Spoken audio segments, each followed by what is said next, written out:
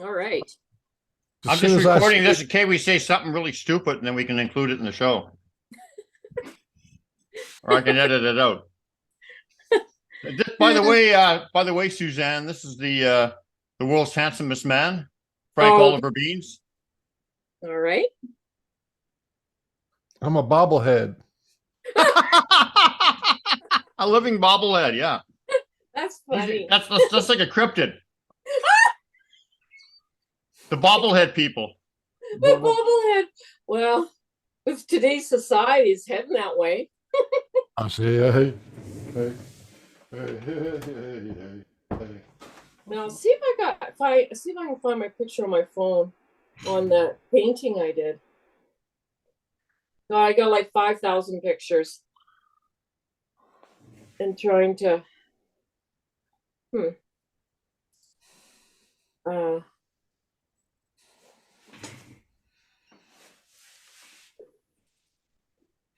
Why are we starting so early? We could have started yesterday if you really because I was scared that Suzanne was not going to be able to get on. It took us an hour to get on yesterday because she's not computer savvy. That's right. Now your computer has memory of how to do it, so it shouldn't take too long. Yeah. Once I've done it now I'm confident. Whereas before, yesterday, it was like my husband, oh my God, he's worse than I am. And then he's trying to teach me, and I get like, I'm like, oh, and they kept doing different things. And now, wait a minute. I don't think he's worse than you. He was the one who showed you how to do it and wrote down the directions. He couldn't be worse than you. Yeah, well, you got a point there. I give him an edge up. It only took about 3 months for me to teach Brian how to use the screen share. Really? Yeah. I'm just like you. I can't do anything either but once I get it, I'm good. Go like this. Wait, hold on. Wait, and you're looking around for how to wait. Don't say anything. That's funny. Like I said, I don't have my driver license for a reason. I must have lost 5 pounds just going over the Alex Fraser Bridge for my first lesson. The guy takes me out, not down in the parking lot, my instructor, over the Alex Fraser Bridge. I'm like, have you ever seen that show, Canada's Worst Driver? I have. Are you on it?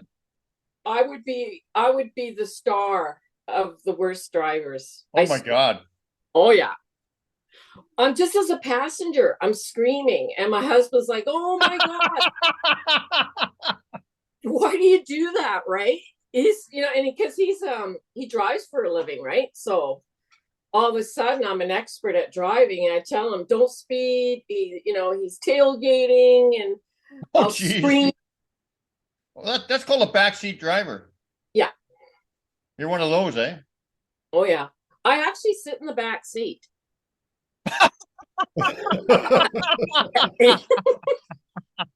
Why? Because you don't feel safe? I get like motion sickness. You should have a little tiara that you can wear that back there to be the queen in the back. That would be cool. Oh yeah. That would be nice. That would be sweet. And put a little video camera on and record one of your escapades. He calls it, like, the neighbors are saying, "Why is she in the back seat?" It's just me and him, right? And he says, "I'm driving Miss Crazy."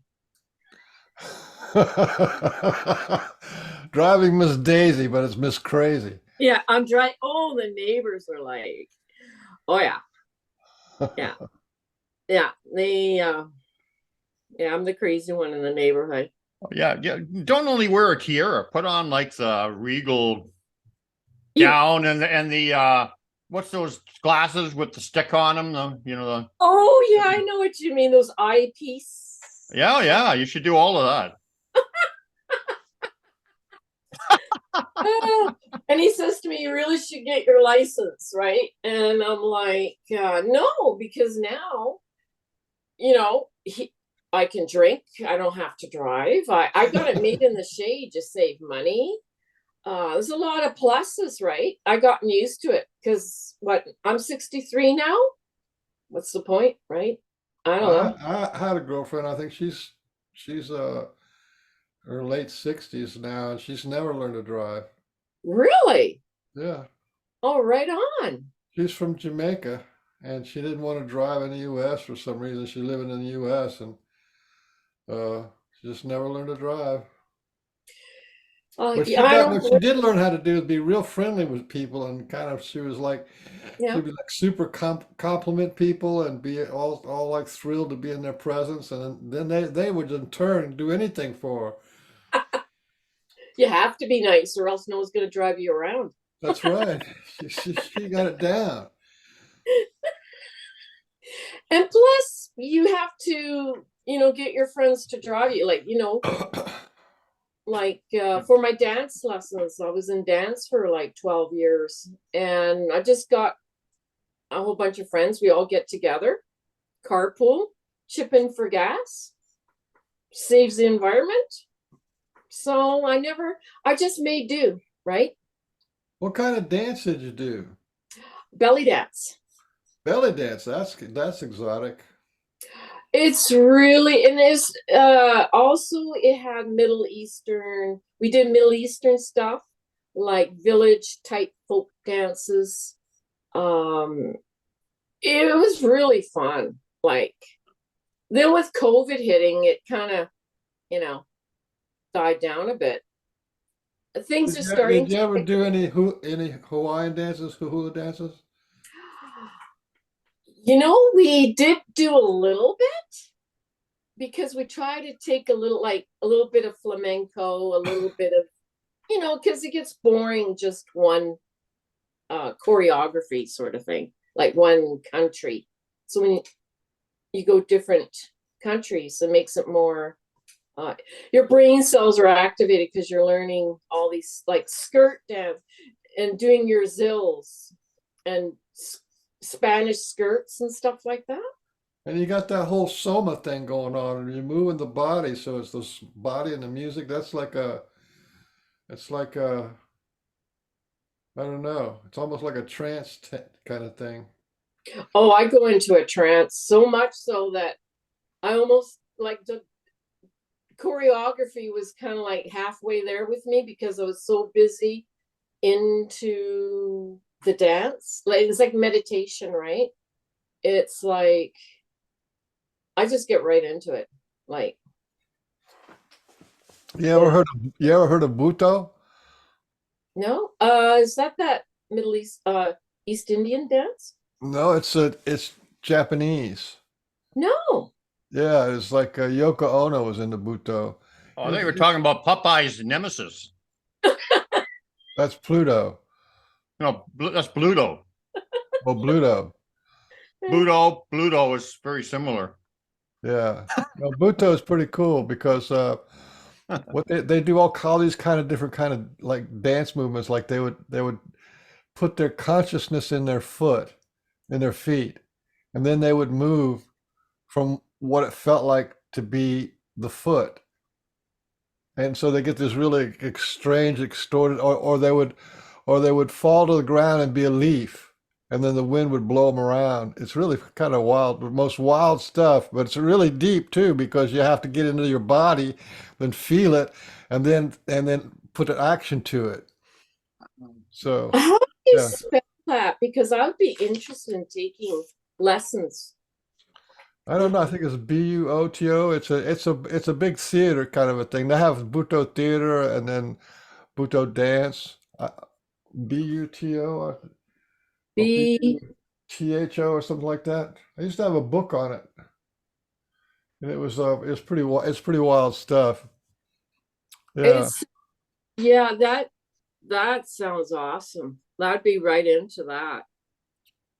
yeah. It's like really wild, but you have to have the teacher has to be kind of tuned in because like you said, you just do this whole thing, and then you got like have your hands be your only expression, and then you just do all Yeah. these, and then you connect to whatever the feeling is going on inside, and you do all these kind of things with just focus on your hands or whatever. There's a whole like lifestyle. There's a whole genre of theater. So you go to like people go to school for like 5 or 10 years to learn how to do Buto, and then they have Buto writers and Buto directors and stuff like that. Wow. I Yeah. wonder if they teach it just recreational, like, You can rip them off. That's what you do. Just imitate them. You yeah, see, I'm gonna there's a YouTube. there's I think there's videos on YouTube about it. I'm sure. I gotta YouTube that. I've also tried like East Indian. We do a lot of uh Punjabi type dances. You're right. And With the mudras and all the hands and yeah, all that kind of stuff. yeah, and just when you wear the bells on your feet, right? And Oh yeah. you're in the rhythm, and it was so neat because she was talking about the universe and space, and it was like Oh, that's it, deep. That's deep stuff. Yeah. Yeah. That's oh. why that's why I have to try to sit still so that my bells on my feet don't jingle throughout the show. No, but those people train for like 15 or 20 years. They start when they're like 6 or something, and just to Uh-huh. get it all down. And What yeah. what what what discipline is that? I think Qatar, oh God, it's been years. There's one type where you use hand gestures, and there's eye choreography. All right, the Oh, eye thing, that because I try to convey the emotions. It's the same kind of thing with Buto. Is you try to, let's say, you have an emotion of fear or something, and so you try to become that emotion of fear, and you do this contorted faces and rolling around and all this kind of stuff. It's wild. Oh, that would be good for drama, like if you're in drama too, like you could use that. Oh yeah, the idea is to be pure essence. That's the whole idea. The pure essence of movement, or pure essence of an emotion, or like I said, a leaf or a rain or a bird or something. And yeah, those people are really deep. Definitely What's the on one? another level. What's the one where they have the stuff on their hands, like the little bells and stuff? That's East Indian, isn't it? They No, have You that's little, mean the like little, hills? that's I don't Gypsy? know, flamingo. tiny little symbols, or I don't know what it is. That's They have Yeah. little flamingo, I think, isn't it? Flamingo? Mm, flamingo. there's gypsy dancing too. Well, it's kind of like a loose gypsy dance where we use the zills. We do that too. And like I have to practice on the zills because it's a musical instrument, right? But I just fake it till I make it, sort of thing. I just, because once I concentrate too hard, I'm not enjoying it as much, you know. Yeah. So I used to teach belly dance for about, I don't know, 4 or 5 years, Yeah. and it just for and it's mostly middle-aged women who join up, and Really? Wow. Well, they got it's to have a not big belly to do it, right? it helps, Does it? if yeah, my husband was watching like when we do performance, and he said, the more weight they have, the more they shake, right? The more you get the vibrations and stuff. And because we had student nights, and when people practice, and it's the only exercise in the world I love to do, right? Instead of, I can't see how people just go on the treadmill like a hamster, and or ride a bike. I like to ride my bike, and see the outdoors. I live close to Vedder River, and I like riding my bike down there. They got the trail, and they've got well, there's a lot of people now, but they got bunny rabbits all over the place, and sometimes you can see the salmon jumping in the river. It's like so cool. Just like I guess a half an hour bike ride from here, and lots of Sasquatch on Vedder Mountain. There's been a lot of, like, I can see it right out my window. It's so cool knowing that they're out there, like just looking out my window. I Yeah, saw but he's, this. I yeah. saw this Go ahead. video on the Green Man, right? Right? And that Green Man was actually part of a celebration of May 1st, which is from winter into spring, and it was all about sex, and it was all about starting new life and regeneration. And then they had the May Day pole with a red and Hmm. white ribbon, and so the white ribbon represents the man essence, and then the red was the women's essence. And then they had these dances. This is what blew my mind, is like everything had a dance and everything had a meaning to it, and it was all a celebration of the turning of the earth and the return of the fertility and joy and happiness and stuff. And it's just amazing. We lost so much of when we stopped dancing. We stopped dancing because the dances were all about the earth and the energy and life and transformation and all that kind of stuff. And it was all meaningful. You know what I mean? Everybody knew what was going on. You, you know, yeah, you know what I find? So many people are afraid to look stupid or something is to dance. And, you know, I'm the first one up there on the dance floor. It doesn't matter where it is, right? And if no one wants to dance with me, I'd go by myself. And the thing is, when I was dancing in the hospital, the old age unit, now this man goes, he's in his late 80s. He goes, I've always wanted to dance. And I said, well, why don't you? And he says, well, it says in my church that I shouldn't dance. And I said, what? I go, what do you mean? You know what I said to him? I lied. I don't know the Bible very well. All I said was, I'm sure Jesus danced in flip-flops somewhere in the village. Yeah, from Walmart. And he goes, really? I go, look it up. don't even know. I just said that, right? Look it up, yeah. But I thought, what a shame. You wanted to do something all your life, and you let someone tell you or influence you that you shouldn't do it. I'm like, what a waste. No, I'm not a Bible scholar either. I believe in Christ, but I believe his stories have been twisted for control and all that kind of neat stuff we go through today. But I do not remember anywhere in the Bible or anybody saying that you can't dance. Maybe Jehovah's Witnesses or something, that they do all kinds of weird stuff, but yeah. The Jehovah's Witnesses, they have blessed panties. What's What?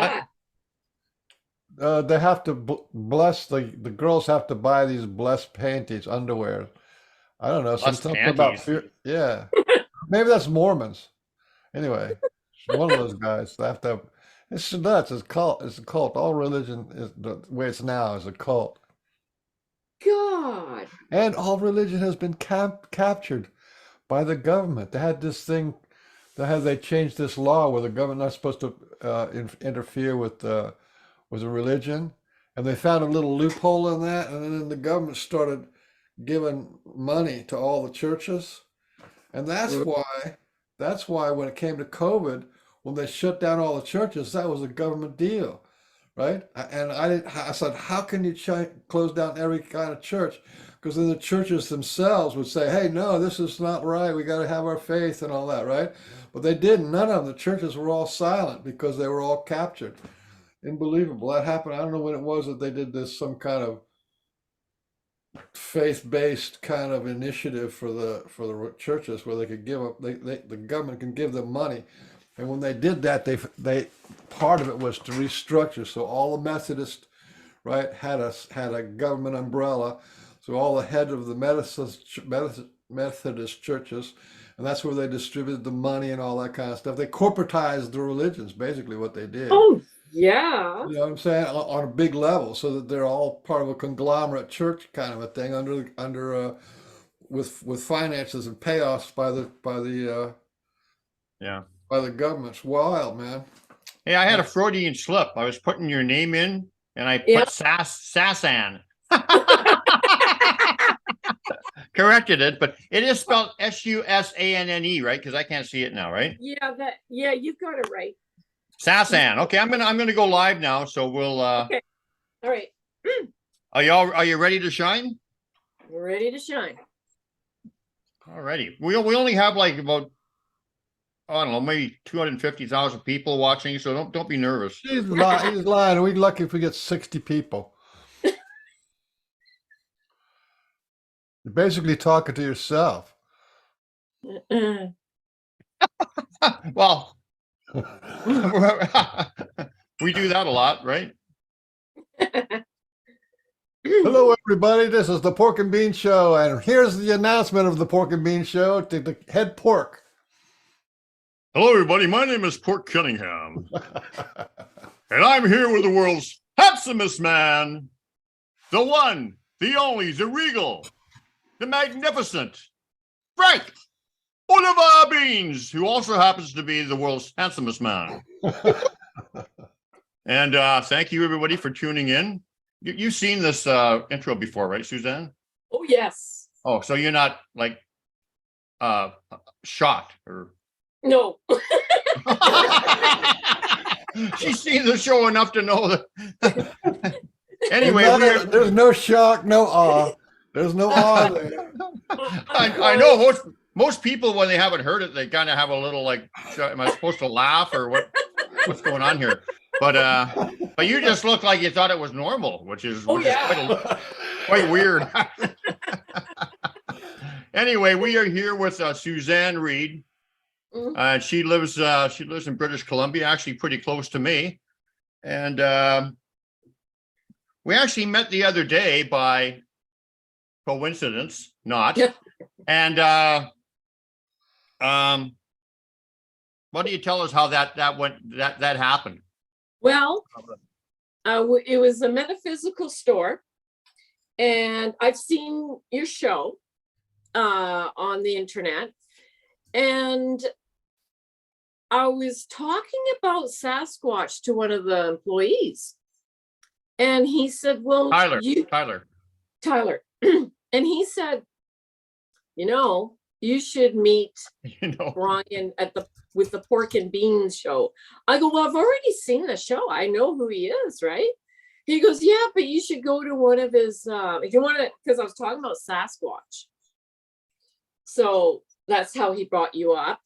Yeah. And it was like 10 minutes later, there you come walking in the store. It's like, and me and Tyler both looked at each other and were like, see? I said, I knew something was going to happen. Like, I knew, I have that intuition where I got to go somewhere. Mm-hmm. And that was my mission, right? Because I usually either like to go to White Rock. That was your mission, yeah. Or Mission, or Harrison Hot Springs, or, like each week, or Hope, right? I like to go to different destinations every weekend. Yeah. And I said, it's got to be Maple Ridge, and that I'm going to hang out in that store, right? Yeah. And the energy, holy.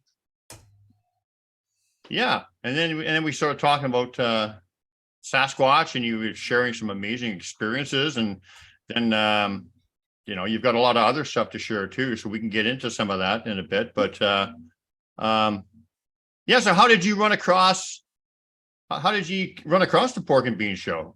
Because you're not very computer illiterate, apparently. No. or computer illiterate, I should say. You are computer illiterate. Yes. Just like me. Yeah. And for people listening out there, I had to watch Zoom for Seniors, and I still I replayed it for hours on end. It put me to sleep, right? That's like a good. So what happened was, I was in the store about 6 months ago, and I was talking about Sasquatch, and a young lady who works, I don't know her name. This is about 6 months ago. She said, oh, you should watch the show Pork and Beans. And I started laughing, and I said, Pork and Beans? She goes, yeah, it's about Sasquatch. And I says, well, so I got my phone out and she told me the link. And I said, well, I better get this down and I'm going to make sure, because if I don't, I might, like you said, lose the link or not remember. But I like the name because you can remember pork and beans. Yeah. Yeah. Well, didn't you know as soon as you heard the name pork and beans, you must have known it was about Sasquatch. No, I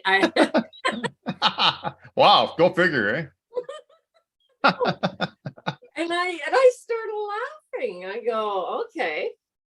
All right. I'm just kind of shocked that I think I know the employee you're talking about, probably Emma. A young lady, a real young? Yeah. Yeah, I'm surprised that she even remembered the name of the show. I'll have to thank her for that. I'm shocked that she actually remembered it. Oh Pork and beans is recognized across the nations. Yeah, Well, like I said, don't be nervous today. We've only got probably 7 figures watching anyway. You know, like in the low millions. All said, have an awesome show. John Timpon says, how y'all doing? God bless. Michael Harris says, we're live now. Yay. Okay, well, thanks everybody for coming. Got 3. That was a good show. we can still count them on one hand. That's good. That was a good show. Thanks everybody for watching. So yeah, so that was cool. And then you started telling me a few stories. Yes. Yeah. And I want to get into, and you got a big list of stuff you want to talk about, and we'll get into that. But first of all, tell us about you and how you got into this wacky world of being open-minded and spirituality and no coincidence and all that kind of stuff. You know, maybe go back to the beginning. Oh, when I was a little girl, the first thing was when my mom goes, oh, I'm going to take you to the zoo, like me, my brother, and my sister. And I went to the polar bear exhibit and I felt really sick and sad because I felt what the polar bear was feeling. He was in an enclosed environment. He looked overheated and I started crying. And my mom goes, you should enjoy the zoo. I says, no. I says, don't you know what grown-ups are doing to the animals? How old were you? 7. Oh, that's cute. That's sweet. I love that. And then so it started then. And then we went to the seals where they had more room and I felt better, like a better energy, like the penguin. I felt better. But I'll never forget that because everyone else was having a good time. And I was like, I felt something, right? And when I was a teenager, things started happening. You know, when The Exorcist came out? Oh, yeah. I was afraid to go see that. It was the huge rage. Yeah. And what happened was like we were underage, so my dad had to sign us in, right? You know, if you were under 18, your parents had to sign a slip, a permission slip or whatever. Yeah. Anyways, I was so excited, like I'm gonna go see it. So we went to see it. And then I bought a book called Hell House. So, because that was the thing in the 70s after this movie. So I guess I must have been around 15. I started reading the book, you know. I love to read. Nothing really scares me, right? Because I like horror and stuff like that, right? And around the 4th chapter, I started hearing what you call magic whispering. Like a man and a woman having a conversation. So I got up. I said, Mom, Dad, it's about 9:00 at night. Maybe the TV is on or Dad had a radio. No, everything's off. And I said, well, I hear something. Because I like to be totally silent when I go to sleep, right? So when I closed the book, put it away, I noticed it went away. Next day, I'm in the next chapter. It was like 3 chapters in, I started hearing the voices. Day following that, it was 2 chapters. Then I accused my brother and sister of teasing me or making fun of me or trying to scare me, right? Well, by the end of the week, I just had to open the book, and I could hear, only when I opened up the book, this magic whispering. So my mom goes, well, I don't really hear anything, but I had to get a witness. So I said to my sister, she shared my bedroom, right? I go, you got to hear this. And she goes, I need a witness because I'm not going crazy. I'm not hearing voices in my head. It's outside my head, right? So then I open up the book and she goes, wait. She goes, oh my God, you're right.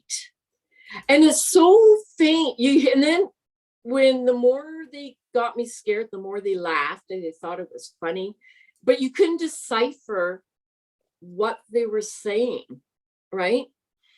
And well, make a long story short, I ended up throwing the book in the garbage because it got to be too much. And I watched the garbage man take the book. And after that, didn't hear nothing, and that was one that kind of started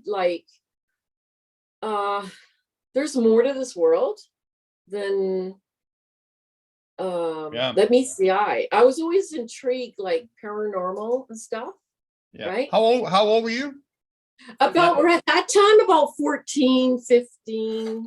Okay. Did looking back, or maybe you realized it then, did you think that it was malevolent or just mischievous? Mischievous. So it wasn't really evil or anything. No, they had, because they laughed. The more I was like, what the heck's going on?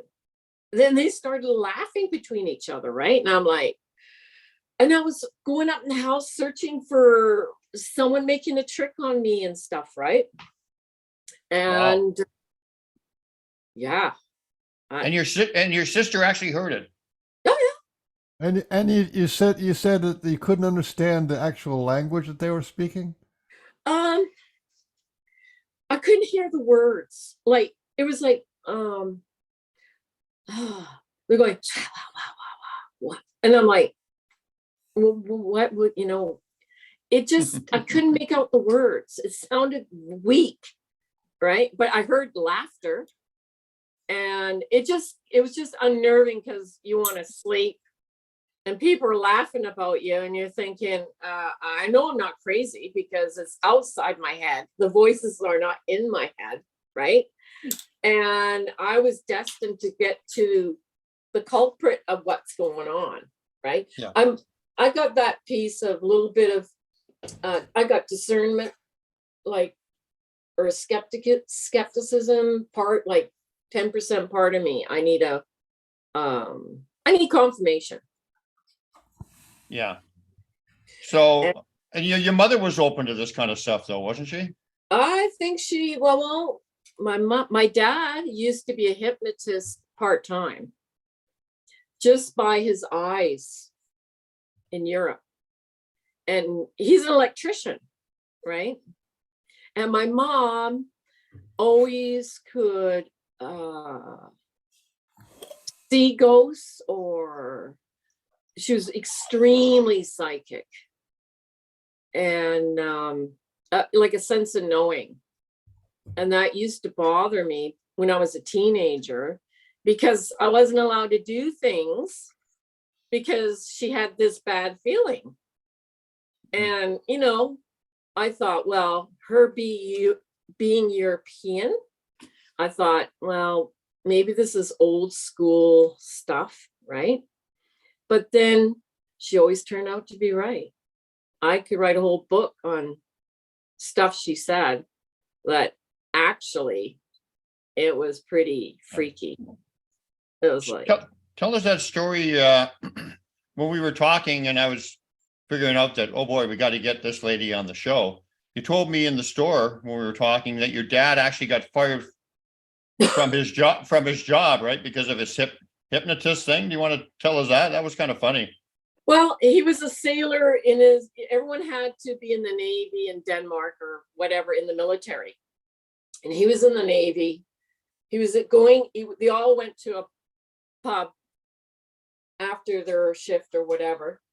And this guy comes up to him, a total stranger. He says, in front of all the guys, he goes, you know what? Your eyes, you got this gift. And my dad's like, how much money do you want? Right? I'm not interested. I'm not, he's talking about women and with the guys and beer. Last thing on his radar is hypnosis. And he said no. And then after an hour, the guy kept staring at him. And my dad's like, this is really strange. So the guy goes, I have to say something. I've never done this to anyone. I've seen people who can I teach people how to hypnotize. You've got this gift. I'm willing to teach you for free. It'll take a minimum of 6 to 8 months, but you have to register in Denmark as a hypnotist because it's considered a weapon. So when he said that, my dad was intrigued. It's free. It could be used as a weapon. He's a young man. So he's like, okay, sign me up. So that guy did spend, I don't know, many days every week with him. And then he did master it. And of course, he didn't tell me the details. He tried it out on women and he was successful. He said, but you don't tell your daughter those stories. And then he said, and then he said, I'll give you a good example. He said, I can even hit. He was so strong. He said, it actually scared him because he says, I can't tell you why. He never did. I always asked him why. He says, no, there's something I can't talk about. But well, why? Sorry, why what? Why he could do it or why what? No, he has so much control over people. Okay. And somehow the hypnosis overpowered his expectations. Okay. And it came to the point, he said it scared him. I don't know why. I've always asked him that for years. I've always been interested. I did a little hypnotism for a while, and there is a certain level of it where you understand it actually is very scary. Is it? Yeah. Yeah, because it's like there's another world here, and I'm engaging in another world that I don't know anything about. That's scary. Yeah. Yeah. It's a scary power. Yeah. Yeah. And he said, he told me the two biggest hypnotists in the world, one of the two biggest ones was Charles Manson and Hitler. Their power, he said the way they talked, the way they acted, they had a lot of hypnotic power, right? But to get to the point, what he did was his boss said, I don't believe in all this stuff, right? It's this hocus pocus. And his wife was complaining, oh, I'm so tired. I'm house cleaning. And he goes, oh, they're over at his boss's house. And my dad goes, well, I'll fix that. And she goes, oh, I knew the phone was going to ring. Hold on.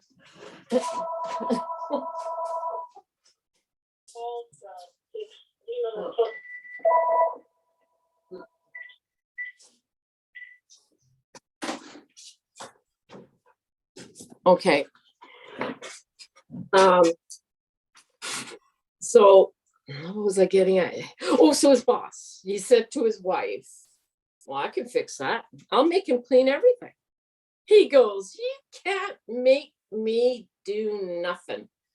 My dad said, do you have a Polaroid camera? She goes, yeah. Back in the day, they had Polaroid.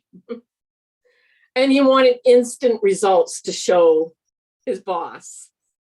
No, you can't, blah, blah, blah. Within a few minutes, he had him under. And they're taking pictures. He's cleaning the windows. He's vacuuming for hours. And they enjoyed the whole night while he's cleaning the whole thing. So the whole house, you name it. And his wife goes, "Oh, I can't believe it. He'll never, ever cleans nothing." So anyways, he snapped him out of it. He says, how do you like the house? He goes, "Oh, it's pretty clean." "Yeah, you did it." He goes, "No, I didn't." So he takes the pictures and he slams them on the kitchen table. My dad goes, "Is that not you?" He goes, "You're fired." And my dad goes, "Why?" "I don't need you around my job. That's it." Yeah. So he always liked that story. That was the only story that he kind of told me about, but I was always intrigued, because my mom, being so much into like a spiritual type, like psychic, and she used to do candle work and, in her private, and all her psychic things that she said. And then my dad being him, like with the hypnosis, I kind of grew up intrigued, like there's more to this world. Yeah. Back in those days, they called it animal magnetism. Okay. Oh, really? And animal magnetism was where they would put you in a somnambulistic state, and they used to do it just by laying somebody down on a couch and just putting their hands over them. It was a little like Reiki, right? Really? So the people who have charisma or that have a lot of energy in their being, like this guy is teaching it through his eyes, but it was the same idea. But yeah, if that can happen, and the thing about Hitler and the mainstream media is that they're trying to do the same kind of things, right? It's the same energy. That's why they add the fear factor, because if you can add the fear factor, people automatically go into a trance. You know what? One just has to count how many times they mention the word climate change in one day. What a hoax that is. And if there's people out there protesting about climate change now, that they, stop this climate change, not knowing that it's complete fabrication. Yeah, it's like, it's so, and then, because I know that all these repetition of words, like, wash your hands, like back a year ago, wash your hands. And I thought to myself, how many times do you have to say this, for God's sakes, right? It came to the point where, just like you said, media is like, it's so brainwashing. Yeah, and that's a form of hypnosis. Yeah, big time.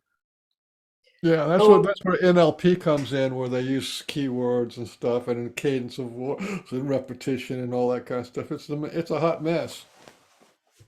Well, was it one scientist or doctor, I forgot his name, called it mass psychosis, hypnosis psychosis, mass, it just turns people, all of a sudden. It's 17. We got the worst worldwide governments in the world now that is worse, right? And the only people who are protesting are like people like the people in Somalia or something like that. There's like, and a few people in Europe, like Germany and maybe the Netherlands, that are actually protesting. But the rest of the world, they're like, well, that's just like they're like deer in the headlights. It's like just looking at this thing kind of smash them. It's wild. Well, like, where's the fight? Where's the protest? You know what I mean? It's crazy.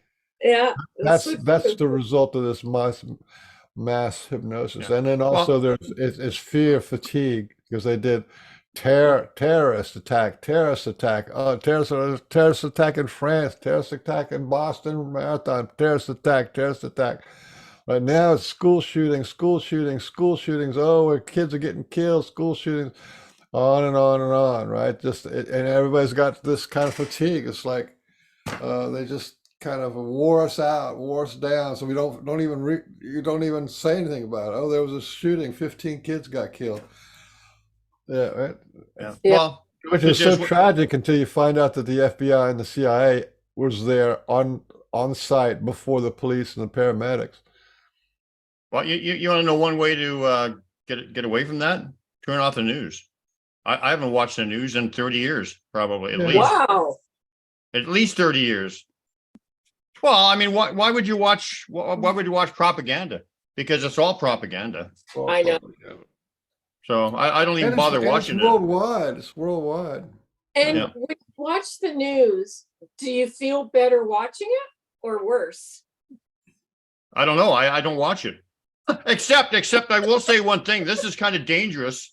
It made me realize how dangerous it was. One time I had my truck in at the Ford dealer for a repair, or I mean a service, and I'm sitting in the waiting room, and they have the TV on, the news is on, and I thought, holy, we can swear on this show, right, Beans? Yeah, sure. Yeah, we do. I said, what the fuck? I'm actually starting to believe this shit. I just watched it for a few minutes and it almost seemed like it was real. And I thought, oh man, no wonder I don't watch this. It's kind of dangerous. And there's people who are addicted to that bad news too. I always say if you want to get a reality check and you're worried about all the paranoia and the evil and agendas and all that stuff, all you have to do is go to the grocery store and the Yeah. world will be all right, because then people are just shopping and they're doing their thing, and so there's the two realities: the reality you get from the news, and then the reality of what's really happening in people's life as they're just living and buying their food and going home. And you know what I mean? It's no shock and trauma. But that's what was so bad about the little pandemic we had. Yeah. Oh, It got into the grocery stores. yeah. By the way, Suzanne, did you know that when Mr. Beans was a kid, he was brought up on a lot of musicals, right?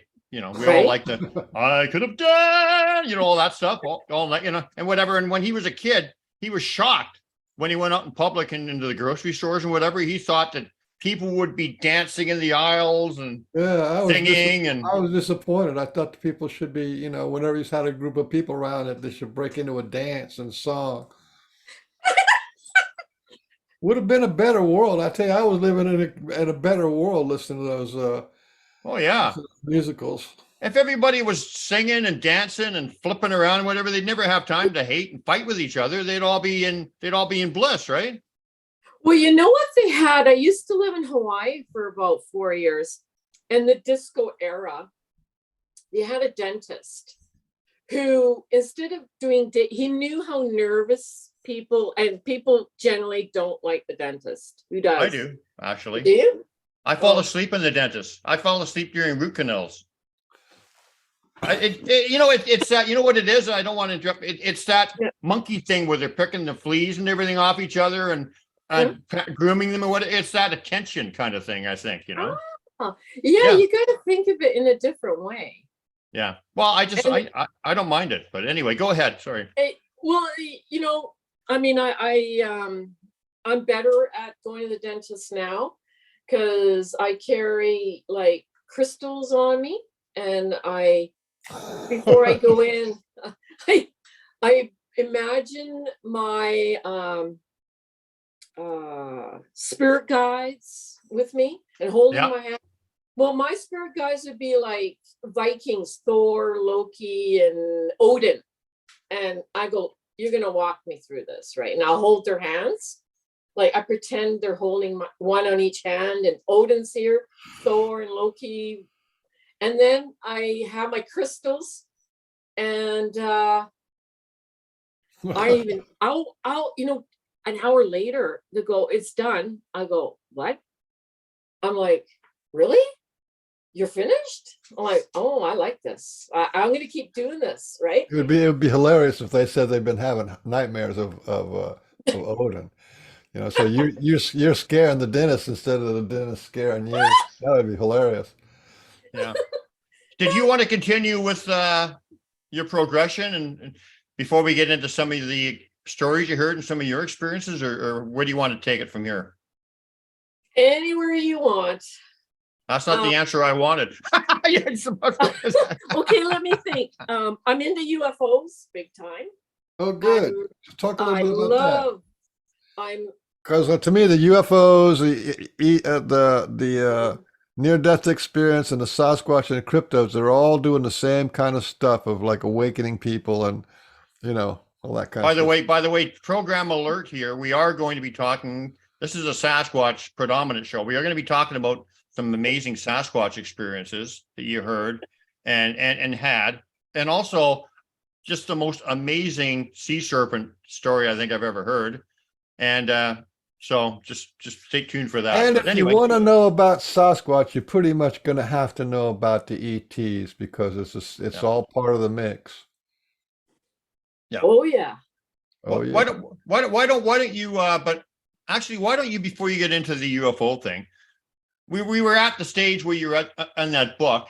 So where did you progress from there quickly, and then we'll get into the UFO. She already said she threw the book away. Don't you remember? Are you listening? Yeah, I know that she threw it away, but what happened next? Oh, I guess I got really big. I worked so hard waitressing, right? I was too tired and not much happened. I was very money oriented and, getting life. I was a single mom and Okay. I was too busy, right? And not too much happened. But then I was around 28. This is the big thing that happened to me. It really changed my life. About That was just 5 years ago, right? Oh yeah. Well, I'm 63 now, so I really got to think about. It's not hard. You remember something that pronoun, but what happened to me was, this is how I got into the UFO thing. It was out in Surrey, North Delta, sorry. It was like 3 a.m. and I got this thing. I got to get up to the washroom 3 a.m. All of a sudden, I'm sitting on the toilet and there's this high beam that lights up the whole bathroom. And I'm thinking, wow. At first I thought, it was cops, with, their headlights, in the helicopter. Yeah. A searchlight. And I'm like, well, that's weird, but I don't hear a sound. I don't hear a helicopter. And then I went to my boyfriend. I just felt we were surrounded. And I said to my ex, I said, I go, just look out by the window. He goes, oh, what are you talking about? It's like 3 a.m. And then you heard like a blast, like a rocket taking off. And that was that. So I go, that was strange. And then about a few months later, I noticed I had something on my arm. It was black underneath my skin. And I started feeling like more and more psychic. I've always been psychic, but I just felt this need. And I always thought a lot about aliens all of a sudden. And anyways, I didn't know what this black thing was. So I went to my doctor. I go, what is that? And she goes, well, I don't know. Okay, well, we'll cut it out. So she's in the office and I'm just broke out in a cold sweat because she goes, that's weird. I can't get to it. I went, oh, geez, like I'm getting grossed out. I said, well, now what? Well, we'll have to schedule an appointment to go to the hospital. So I'm worried, is it cancer? Because it was like a black lump, right? But I couldn't get it out. And she goes, well, it's pretty deep. So we get to the hospital and I couldn't wait to hear what it was, right? And she goes, what was it? She goes, well, I don't know. And I'm like, what kind of doctor is she? And she's like, oh, I go, what do you mean you don't know? She goes, it's a foreign object. I went, okay. Well, that's strange. But I guess I'm okay though, aren't I? She goes, yeah. So anyways, back in the day, I should have kept it I was going to ask her, can I have the evidence? But I suppose you put it in a bucket somewhere, who knows, right? But then after that, I got a lot of really bizarre dreams and a lot of orbs and stuff came to me, and it's a long story, but you know, it all branches out, right? But that's how I became more and more into the UFOs. All of a sudden, I was this big craze, you know. So she took an implant out of you? Is that what you figure? Oh yeah. Now, because I've seen, it was around, like, I've watched Dr. Lear with implants. Yeah. And it was dark, like what he cut out. I go, oh, I'm putting two and two together. Oh my God. Because after that is when I've seen things, like that picture I sent you. I was in Chichen Itza, and I had to go there. And, like, you know, that feeling like I went to the store. I had to go there because Chichen Itza, the pyramid is to the gods, the space gods, the ancient astronomical observatory. So I went there and took a picture, and back in the picture is that UFO my husband took, but he didn't see it. It went so fast. And I took the picture to Black's Photography. It was with a 35 millimeter camera. And he said, well, that's in the air. But what was intriguing was, before I got the film developed, 2 weeks later, I asked the tour guide if he's ever seen UFOs. He started shaking, and he's like looking everywhere. He goes, shh. He goes, oh, there it is. Yeah. He went, shh. He goes, and he made sure there was nobody around to listen, like the tourists. And he said there's an installation in the jungle with NASA, and there has been UFOs, and they're doing something in there. And my friend's seen it, but I can't say. And he was telling me he was abducted, and he was shaking like a leaf. I'm like, wow. You know, I'm good at body language. I'm like, holy cow, this guy is really seeing something. And the minute the tourist came closer, he stopped right then and there. He goes, I can't talk about it. So is this okay? So is this in a window behind the mirror here? Is this what? No, that's This is the object you're talking about, right? Yeah. And that's, I don't know why I have a bottle of tequila in the back there, but I think, I don't know what happened. I don't know. Well, you're in Mexico, right? Yeah, it was, well, this is when I got home, and we bought that from Mexico, I think, that bottle. And we developed the film, and this is outside in the jungle. It's not a window. We're 3 hours. But okay, but it's got to be, it's got to be seen through a window reflected in this mirror, isn't it? Otherwise, how is this showing up? No, I'm outside. That's not a mirror. That's a photo, a large photo. That's the actual photo. Oh, yeah. I'm sorry. Okay, yeah, okay, yeah. And all the other stuff is in the foreground. Ah, yeah, okay. Dum pork. And okay.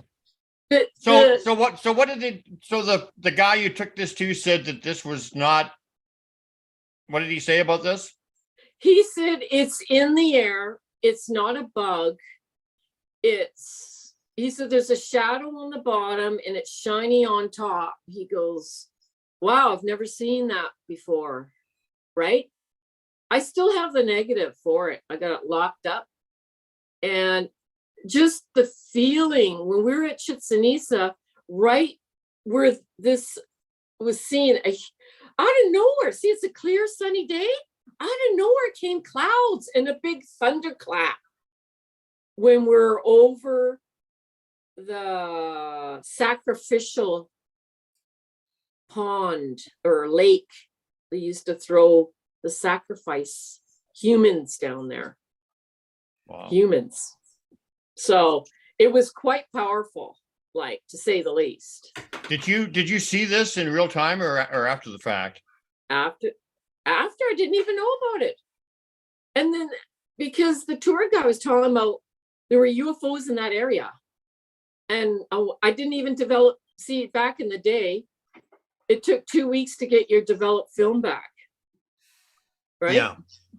So it's very interesting, and I find this with Sasquatch too, is that when you start thinking about them and you're connecting with them, quite often they will show up in your pictures after the fact when you don't even realize it, and then you look at it and you say, oh, there they are. Like I've got a number of pictures of Sasquatch like that. This could have been what was going on there with you, with the UFOs, Yeah, I just felt there was something more to that area, and that just drew me there. And then someone said, do you think they're following you? I said, you know what? I've had that feeling, but I never really thought about it. Because back then I was working so hard, I did get, thoughts of UFOs, but yeah, it's like. Yeah, but you felt compelled enough to go from where were you living? Were you living in Canada and then you went all the way down to Mexico just to see this? So that's like a pretty big poke in the ribs. Like, hey, go look at this thing. Yes. Yeah. I felt compelled to go there. There you go. Yeah. It's not these things when they happen over and over and over again. You begin to realize that's not a coincidence that UFO And then showed up. you felt compelled to be on the Pork and Bean show. It's a miracle. I'm telling you, synchronicity. It's just awesome. Yeah, yeah. Hey, so all these gifts or whatever that you kind of were inherent to your parents, but when you had that light come into the bathroom or whatever, it really dramatically enhanced everything, right? Oh yeah. After that, all of a sudden I was a UFO nut, and it never was on my radar, and I'm like, why are all this stuff happening? And then I tell my sister, who's also very psychic, and she's got all these, not so much UFO, but more like spirits, ghosts, shadows, stuff like that. I'll tell you one funny story. My dog, I got 2 big dogs, right? I got to walk them separately. Anyways, it's always late at night because they're so big. I don't want any politics with other dogs or other people. They're just really hard to handle.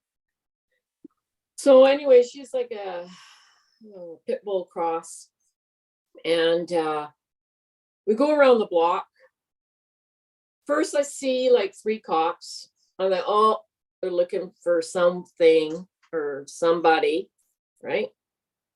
And then I saw, and it's really strange. I didn't see it at first. My dog did.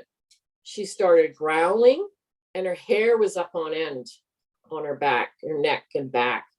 She started growling and barking. I'm like, what the hell is she looking at? It's midnight. And I looked down the road. There were like 7. Do you ever watch the movie Terminator? Yeah. They're like robotic. I don't know. They were all in sync. There was like 7 of them walking down the road. So first I thought, these are the hooligans the cops are looking for, right? Because it was very threatening when you have 7 of them, human robotic beings coming towards you. And my dog seen it first. She alerted me. I was looking the other way. I go, what the hell? Yeah. And she's like looking at me. I'm looking at her. I go, we're going the other way. We're going to hightail it and go the other way. And then I thought about it. You know what? I should go investigate what this is. Right? I got a little braver. Went around the block. Nothing. And they were all walking like a march. I don't know. No sound. And there were like shadow people. They're all, I couldn't see. I just saw 7 black figures kind of marching towards us. And I thought, like I said, first, these are the, why are the cops first here? And these things are here. it must be the hooligans, or your brain is, but then I thought, I don't see faces and I don't see garments. Like, I don't see any detail, right? How come they all look the same? They're same height and there's 7 of them coming towards us. I don't know. Do you think the cops were there because of that? Because somebody reported them, or was it a separate incident? Or you don't know? Well, at first I thought they were, maybe someone else saw what I saw, but we went around the block 5 minutes later because I thought, I got brave. I said, let's go check it out with my dog, right? Because she's very protective. So I thought, okay, let's go check it out. I feel a little brave, see if, there's people doing stuff in the neighborhood, but there was silent, nothing, just like really weird. It's like, so they're walking towards you and you're walking towards them, and all of a sudden there's nothing there. well, no, what happened? They're walking like down the street, and we're walking, and they're walking straight, and I got freaked out because I'm outnumbered. I don't know who or what they are, but I'm turning around because I don't feel safe at this moment because I was outnumbered. And then then I had time to think about it. What I saw was, it didn't look normal. Like what we call, like, I thought there were just 7 guys out on the, just having fun or making, what do you call it? Making Mischief. Yeah, mischief. Yeah, I had a mental blank there. And yeah, I thought it was just mischievous guys, like what's going, young. But I go, how come they're all the same height? I'm thinking, and how come I can't see their faces? They're dark. Of course, it's midnight, but I can see everything else, like the color of the houses, the cars. I see colors. There's street lights. And I thought, that's weird. Well, what was it about them that made you think they were like Terminator or mechanical? Were they moving weird? They were all walking in sync, like a marching band. Which they were all synchronized. Like, you ever watched the movie Terminator? You got those robots, they're all like this. It's like they're not walking normal. It's like, at the first you think it's, because it's midnight, my dog's freaked out. She's seen it before I did. She alerted me to what's going on. I went, it seems threatening when there's 7 of them coming right towards you.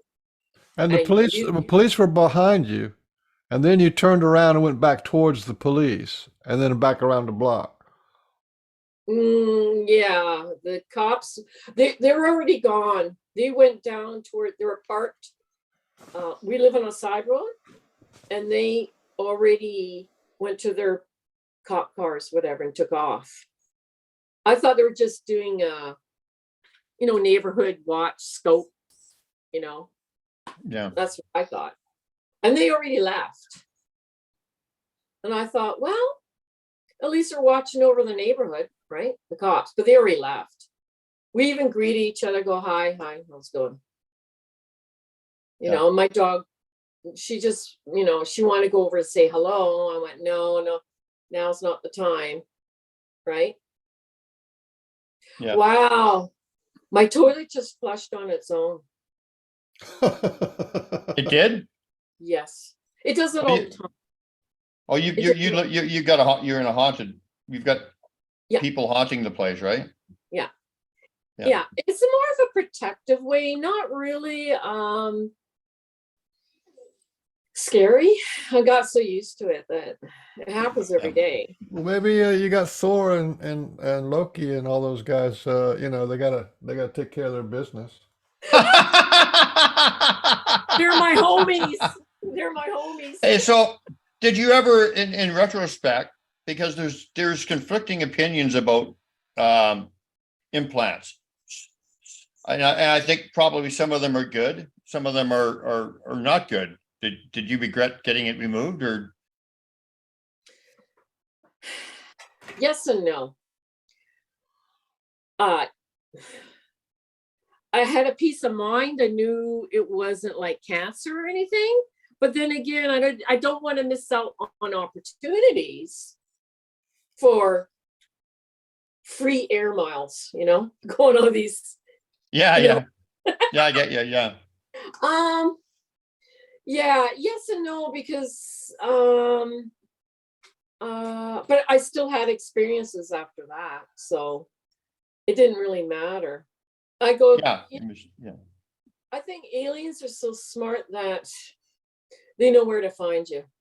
Even if an implant or no implant, they're gonna, and I'm not really, I find it really interesting and almost enjoyable about, because it takes you on I'm always intrigued about space Yeah. or, you know, Life in general, because it's just like magic is always happening, right?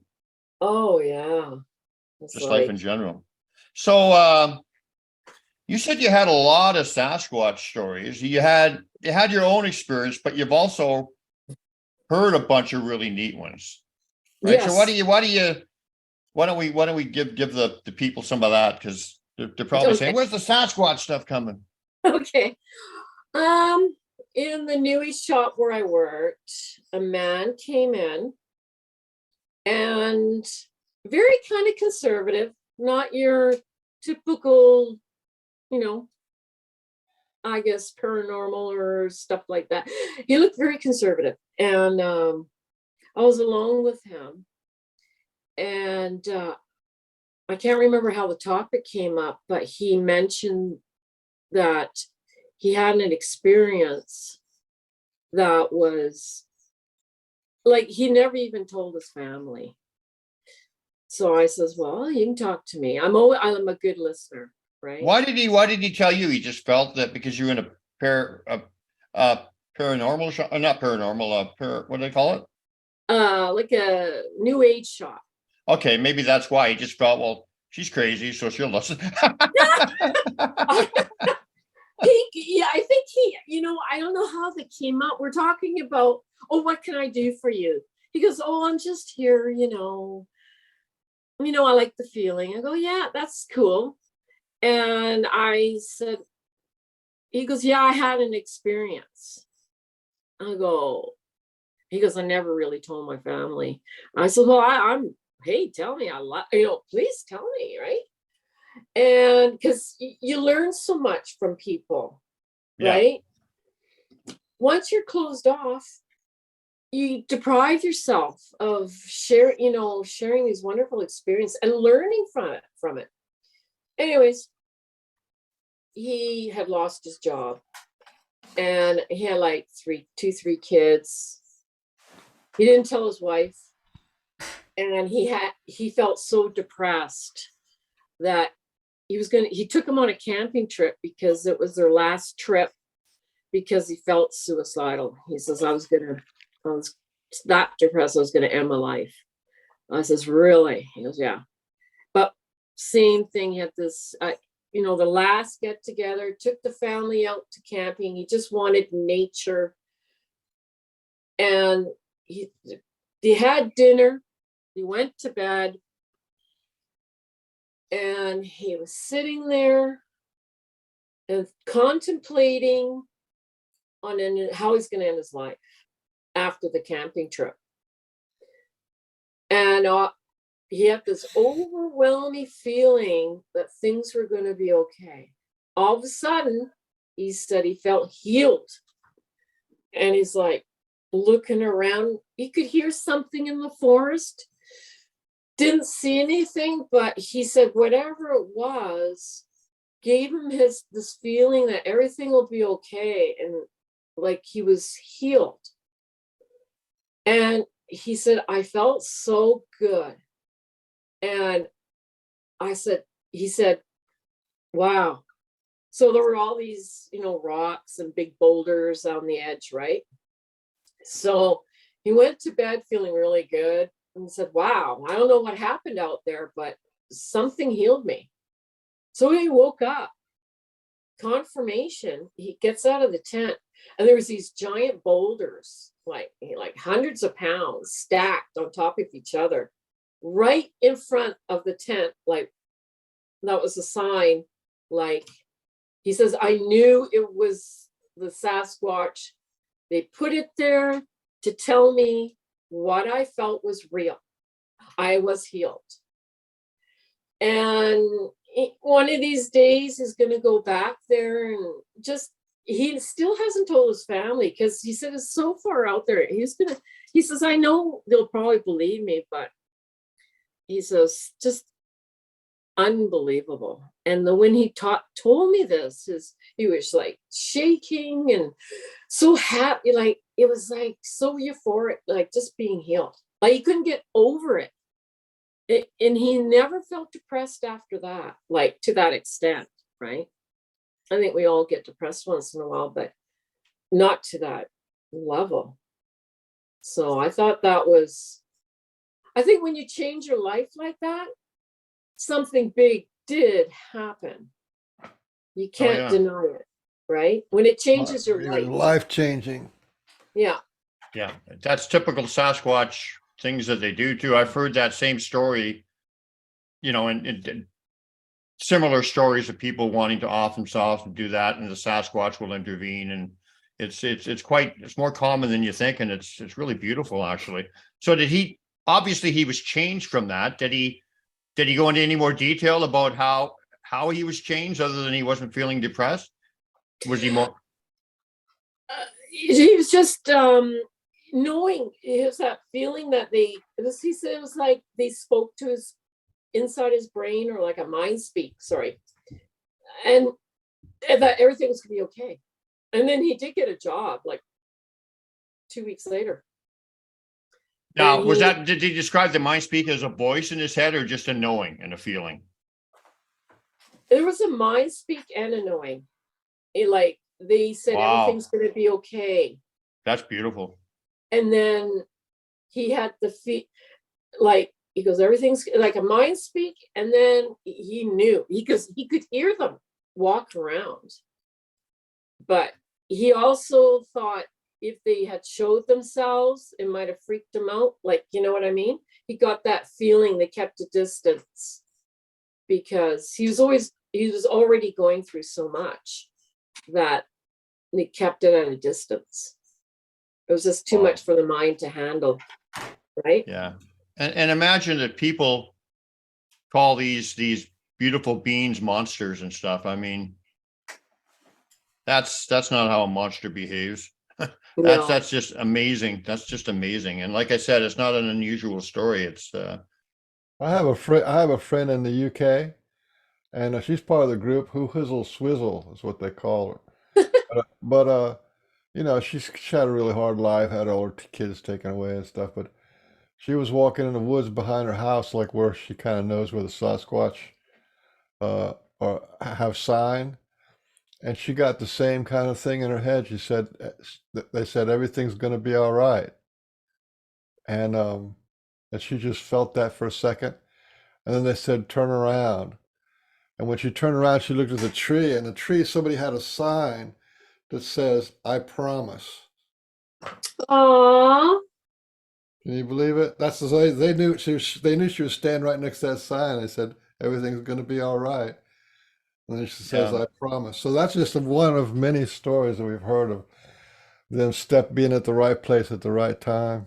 Yeah. Yeah. Well, I don't know what you believe of this, but they don't have linear time like we do. So they know what you're going to do and think even before you formulate the thought and stuff. They can be like, you can get a thought and the instantaneous answer will be right there. That's happened with me so many times.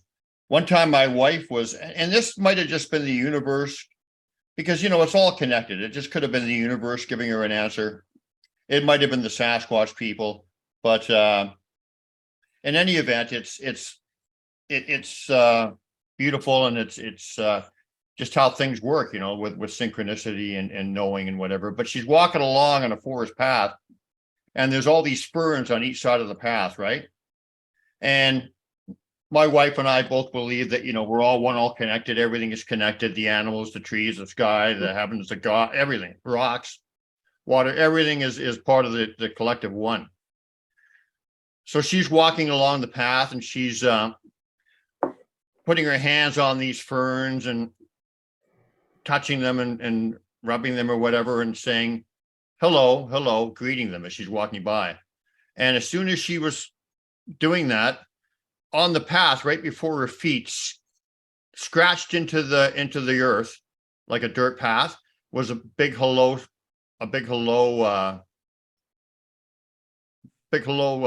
sign, HELLO. Like just as she's thinking it and saying it, right below her feet is this hello, and that's not a coincidence. So she was walking along the path saying hello to everything, right? That was what the part of it was. That's Oh, right. She was. Yeah. Oh, didn't I say that? Well, I just thought I'd emphasize it because there was a little bit of something in the middle of it. Yeah. She was saying hello, hello, hello. From her heart, hello. And then the hello ended up on the forest or the forest path just below her feet. Like as soon as she was saying that kind of, wow. and like and stuff like I've had experience, like I'll be wondering, geez, I wonder if the Sasquatch did this, or I wonder if it's like this. And all of a sudden, one of their messengers or one of them, cloaked as one or whatever, will fly over my head, quite often as a raven. And as soon as the thought is in my head, I'll get that one call, that one confirmation call. So it's just the universe is just so connected, just so much more than we realize. I got a little bit of tingle there when I said that. So, Susan, why don't you segue from that beautiful Sasquatch story to the beginning of your Sasquatch adventures? Well, me and my husband went camping up at Wolf Lake at Chehalis. And it was about it was 5:00 at night. And we heard, and it was a female Sasquatch in the valley. It was like I don't know how she was calling in her kids, like come in, or but a woman's call. But I said to my husband, there's someone partying making a big lot of noise. He goes, that ain't no human, that's pretty big. And it wasn't an elk, it was a human, and the lungs were huge. And her voice, like when she called them in, it wasn't a language, but more like a moan. It was so loud, it reverberated in the valley. And I go, wow, that's something big. If huge human is what it calling in her kids. And then went to bed. And I just, even before that night, I could feel like a million eyeballs staring at me. I like in our camper. I felt not in a bad way, but it's hard to sleep when you got a lot of eyeballs staring at you because that energy. Mm-hmm. And after the third, then I was gone. It was going on for 3 nights. So I said in my mind, I know you like to watch us, but you guys, not when I'm sleeping. Like, another time, like in the daytime, but not when I'm sleeping because I can't sleep, right? The energy. And the next day, after I said that, I fell asleep like a log. And so I said that to my husband and go, finally, I can sleep, these eyeballs. And I could feel like there was at least hundreds of them out there. Wow. Like, there's so many out there. And then I guess we went for a little hike. There was a structure and it had like sticks, and it was pretty big, like for at least an 8-foot person, like a covering with cedar branches. And it was behind the camper quite a ways. But at first I thought maybe it was a hunter that made that, right? A hiding place. for hunting. But then again, it was too close to the campsite. Like, it was pretty close. And I thought, well, hunters wouldn't, my husband goes, hunters wouldn't be, he used to hunt. He says they wouldn't be hunting. That's not a hunting structure, right? That's something else. So I thought, well, no wonder I have these eyeballs on me, because they're so like they're here, they're close. It was just that knowing. It's like, wow. And my dogs were totally staring out at the forest, like. And then, the outhouse that they have, right? And they have that much, only this much at the bottom, My huge Great Dane cross went underneath that to sit beside me by the toilet, because he was looking up on the mountains. And I said to Jack, you see it too, eh? You know it's there. And he looked at me, and like the dog sensed it. But that's how I'm very into my dogs. So always see their behavior and then pick up what they're looking at and stuff, like their what do you call biosensors? They're biosensors. Yeah. That's what they are.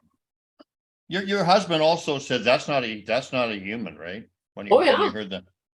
So, which is other confirmation that I'm not hearing things. This is he goes, did you hear that?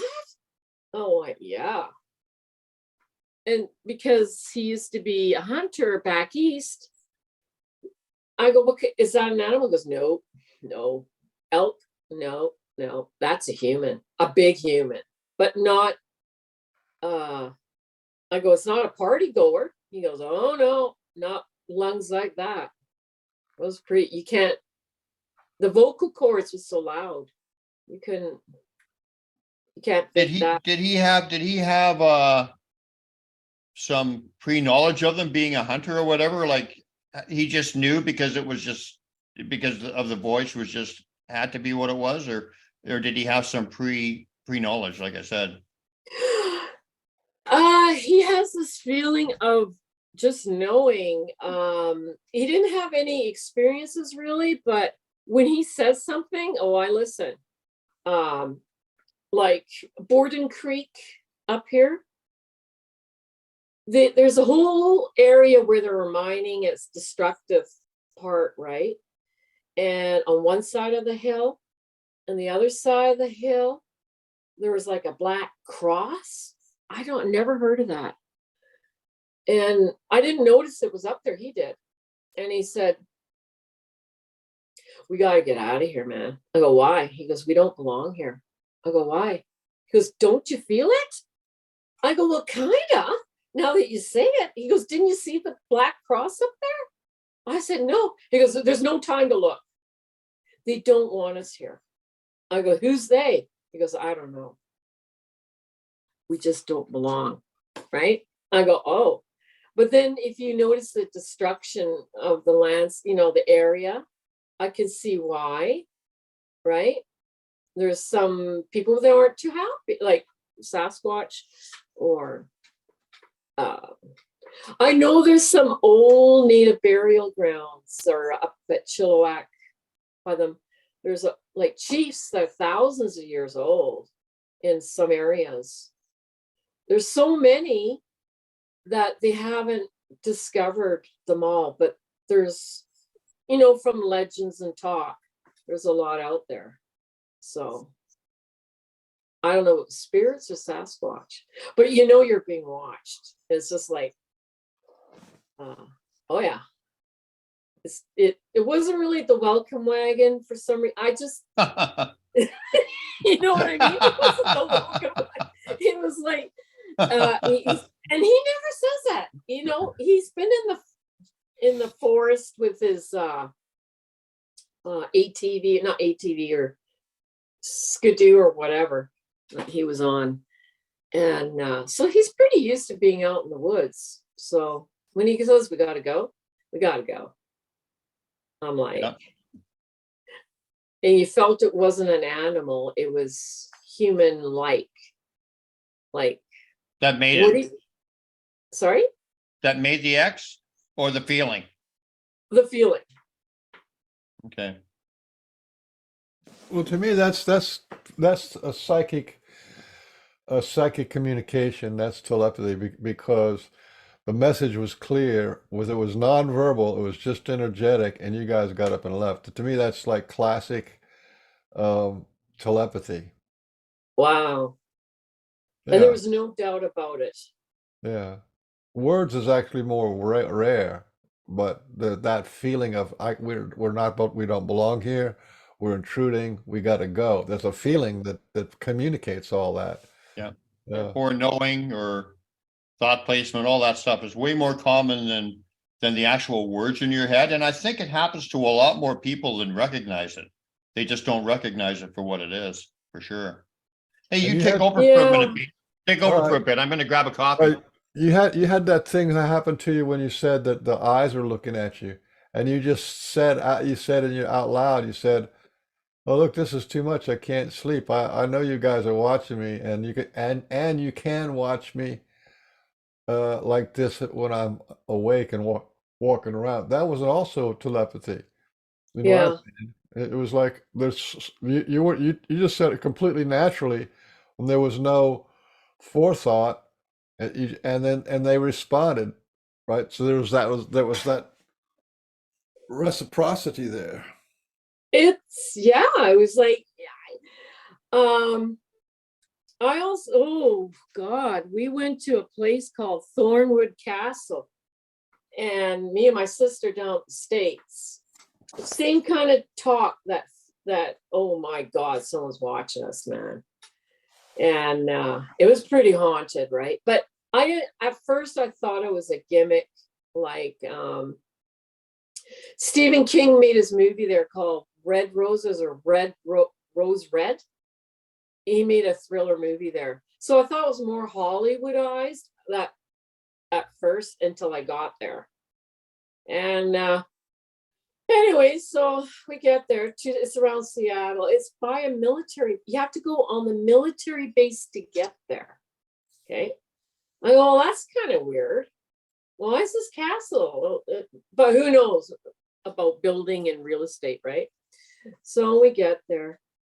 And it was a Halloween haunted tour of the castle and all the stories. And I thought she had a lot of angel stuff around, but the tour, the lady that lived there, that owned the castle, seemed really off. I said, because I'm good at reading people, right? I says, there's something about her, man. Like, not in a good way, like in a weird, straight, because she'd be staring at you. And I'm like, what the heck? Right? So, anyways, I said, I don't know if it's haunted, whatever. So my sister, she loves these things. And what's weird about this castle, there's a mirror everywhere. Everywhere. Even, I said, oh, we go in the kitchen. I go, oh, at least there's no mirrors here. Because you feel like you're being watched. There was a mirror on top of the microwave. I go, holy. So then we sit down, we did the tour, didn't really see nothing. Other people did. So we sit down and I said, knock 3 times. Is there somebody here? It was knock 3 times. Someone or something knocked 3 times. I said, whoa, maybe it was the one off. Let's try it again. So I did it again, right? I go, knock 3 times. Did it again. I went, oh, wow. Either she's spying us, someone's watching us. I don't know if it's the spirits or if it's her, right? With some kind of weird excitement going on, scaring us. But I was so glad to leave because I said to my sister, we're lucky we're alive. And she goes, what do you mean? I says, I know it's a military base, but I hear detonation underground, like deep underground. There's something here. There's more to the whole town. Looked at us as we went into the military cafe. They all looked at me and my sister. Well, I thought, okay, we're newbies, but there are other tourists for the castle, right? And she goes, we're staring at us. I go, yeah, it's that weird small town feeling. And I said, why is everyone just giving that weird stare? Like they wanted to eat you or something. I don't know. It was weird. It was like, it wasn't friendly, but it wasn't mean. It was just curiosity. And I said, I can't wait to get the hell out of here because there's something here. And my shopping bag, she goes, well, I'm going to go out and take pictures right around the thing for orbs. And lots of orbs in the pictures. But my shopping bag had moved. And it's a big bag, heavy. And I said to my sister, get out of my bag. She goes, she wasn't there. She was still out and about. The door was locked.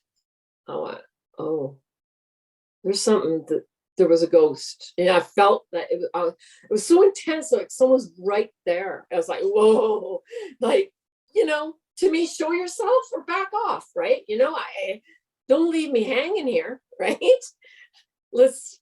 But you're too, I don't know. That feeling was so intense. That's all I can say. So here's the weird part.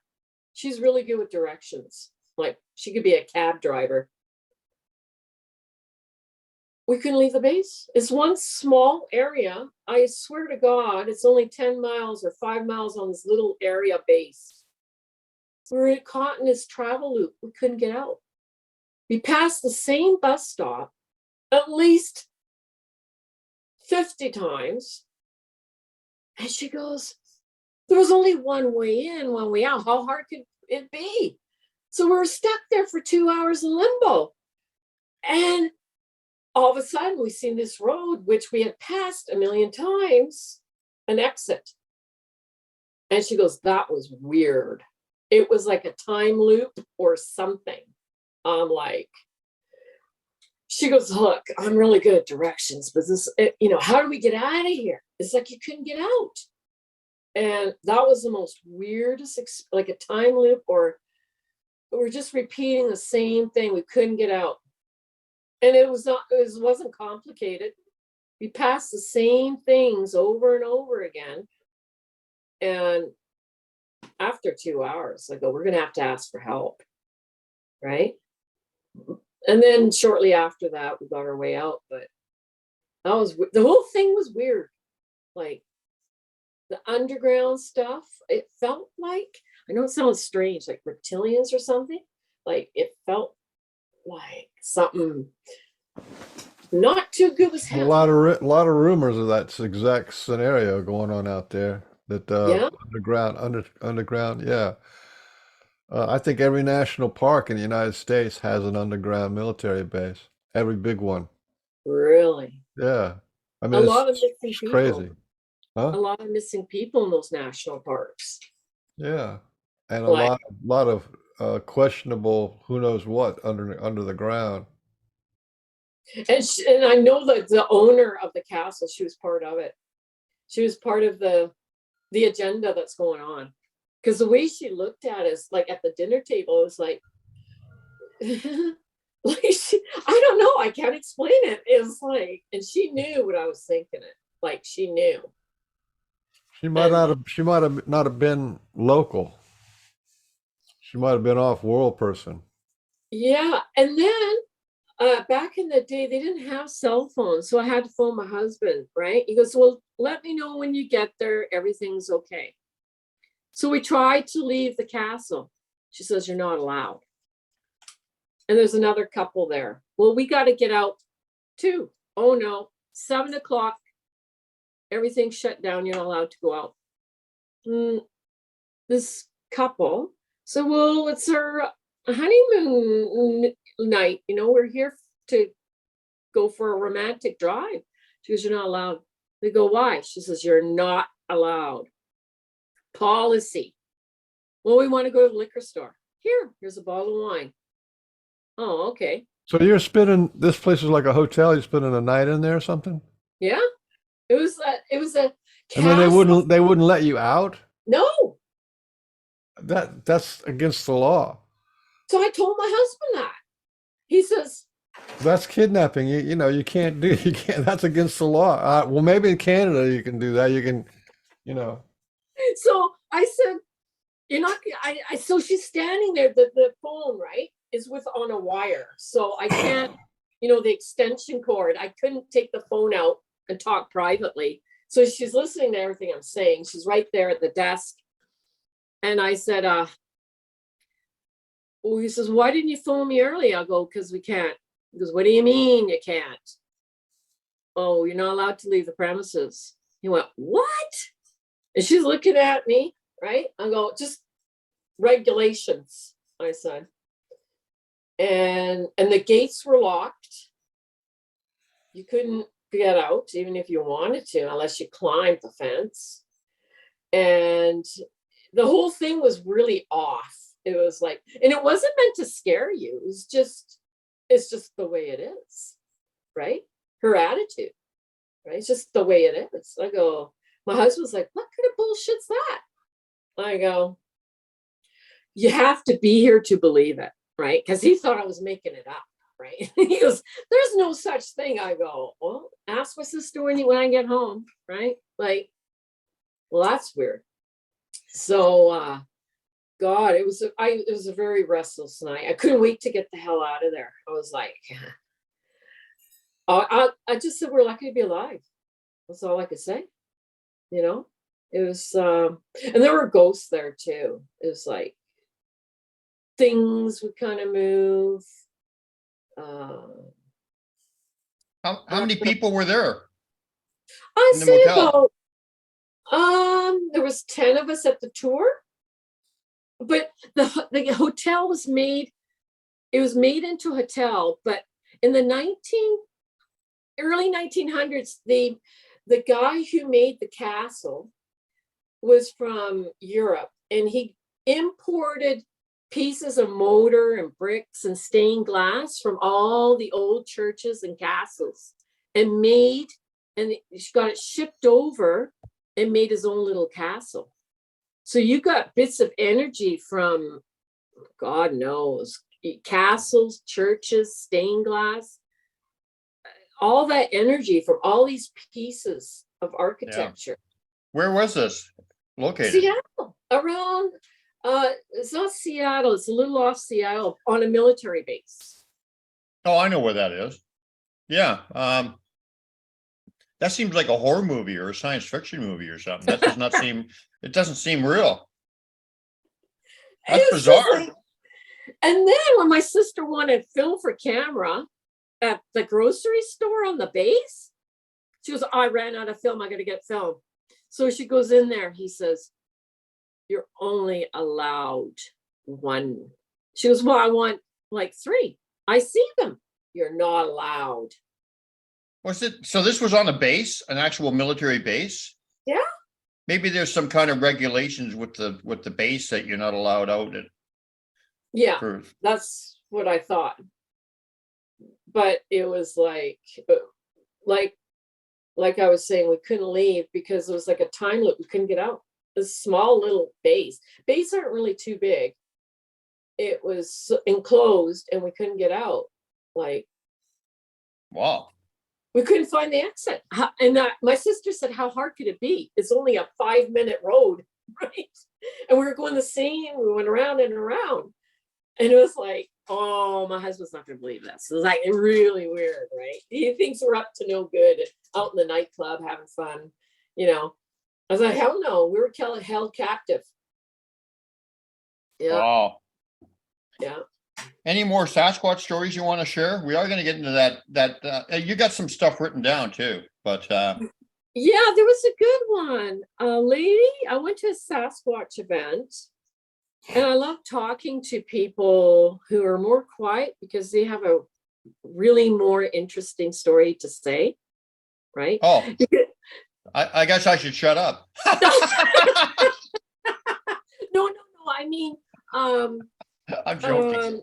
When you get the hardcore, like bricks and mortars, Sasquatch, hunters type. The famous guys. Yeah, like John Green. It was at a John Green. He was there. just before he died. And yeah, the bricks and mortar type. And there was this lady. Flesh and blood type, you mean? Yeah. Yeah, exactly. Okay, go ahead. And you got to shoot them, and that's kind of a downer. Like, so anyways, she says, oh, I got a story to tell, but they'll never want to hear what I have to say. I said, well, tell me, it sounds interesting. And what happened was, she's a tour guide in Mission. They have that transformer rock, big boulder. It's not a rock, it's a huge boulder the size of my kitchen. Hastic. Have you heard of that? What's it called? Hastic rock or Hastic? Well, I know where Hasek is, so I don't know if I've heard of that specifically, but I know where the area is. Well, I know Hasek. I don't know if I've heard of Hasek Rock. Yeah, it's in the middle of they used to have tours there. It's on the native archaeology site. And this big boulder is called a transformer site. So she tells the history, she brings the tours in daylight. When they had tours, now I don't know, they stopped it for a while. I don't know if they do it anymore, but it's an ancient, for 10,000-year-old site, right? Of natives, they're living. Anyways, she's giving a tour and she's showing the rock, how spiritual it is. It's a transformer rock. And as she's looking, an 8-9 foot Sasquatch came out of the rock and stood outside and smiled at her. And she says, no one else really seen it, but because she was like totally transfixed on this, she was, I've given like hundreds of tours. I've never seen that before. And she said she's just staring at it. And it smiled, and then it went into the boulder. And so it came out of the boulder and went back into the boulder. Yeah. Like walked in, or just like how did that happen? Transformed, like melted into the rock. Like it came out, and it was like 8-9 feet high, just to show her, yeah, I'm here. So, and she never had that thought in her mind, really. So she was surprised. Oh, wow. But she didn't tell anyone else, because unless someone else brought it up, because she thought she was imagining things. But she said, and it stood there and it kind of nodded its head. And then he went, she called him the Sasquatch, slowly melted into the rock. It's hard to say because there's nothing else around it like forest or anything. So it's quite noticeable. There's no other rocks around it. Like there wasn't a boulder field, or, your eyes would be mixed up. She goes, oh, I see what I see. So I've been wanting to go to that rock, just to touch it, feel the energy. Hasek Rock, eh? Yeah. I might go there. I might go there later. Yeah, try it out. I don't know if it's open. You got to phone the native tourism. They used to have tours and lectures about it. So about the rock itself? Yeah, this there, you can't move it. It's huge. Well, so why were people touring and having lectures about the rock? Because there were other strange, it was considered sacred or a special rock? Sacred. It was about the history and their beliefs, the native beliefs of this area. So it's very sacred area. And yeah, so she was giving talks, this is what the land is for. And this is a transformer rock. So and the rock transformer rock. Sasquatch. Yeah. That's called the sorry, Beans, carry on with that, but just quickly, transformer rock is what it's called? Transformer rock, yeah. Yeah. Wow. Boy. What did she see? She saw the rock transform, or a Sasquatch transform out of the rock. That's amazing. And what, did she give any more details? Why was she there initially? What was she? She was just on a tour? She was the tour guide. Okay, sorry. Okay. And she was leading the tour of people. They always get a handful, like in school. I think school, there were school trips too before that, but these were a group of adults, right? You know, it's like a information thing that's brought on by the band that lives there, I think. And she was hired to take people around the site and explain the tools, the things they used, their activities, the fishing, and all this and that. And I bet you she wasn't scared either, was she? I'm pretty sure. I'm pretty sure she was the only one who saw it, because if you're sitting there with like 5 or 7 people, and then they all see a Sasquatch, some of them's going to scream. There's no way they're just going to go, oh, you know, like they saw She a was the only. raccoon or something. She was like, no one else seen it. She was waiting for a response because she wasn't going to be the first one to say something. But she was in awe, and all for a few seconds she couldn't carry on her job because she's transfixed. It's like there was a moment of silence, and she's looking at it, and she's like, yeah. But it was a feeling of it kind of smiled at her, like she said it was a spiritual experience. It was awesome. It wasn't scary, but she didn't expect it either, because she said, I've done this tour hundreds of times, and it took her by surprise. Like, what? Like, just a deer in the headlights, you know, sort of thing. Yeah, it's kind of sad, you know, that people have a hard time sharing those kind of stories with some of these type of people, because I guarantee you that story is way more interesting and way more meaningful and way more information, you know, derived from that story than like, oh, I saw the tracks and they measured like 6 feet between them, and it walked off into the bush and whatever. It's really sad that people are not as open to that, because that's where the real learning is. So just amazing. Yeah. Yeah. And I guess you didn't talk to her you just talked to her for a brief time, right? Yeah. Then we had to go. It was at the Kilby Historic. Kilby. Yeah, at the Kilby. That's where these Sasquatch and cryptozoology, which there was a cryptozoologist. He was there. He was really open-minded. He was more open-minded than the rest. And I told him about my sighting of the sea serpent. And he took my name and he recorded it. At least, you know, Yeah. he seemed more open. But the others, I don't want to get into that yet, because I want Mr. Beans to hear that in its entirety, because that's just so exceptional. So you heard any other Sasquatch stories from the area or experiences? yeah, I heard God, was it? Oh, this couple.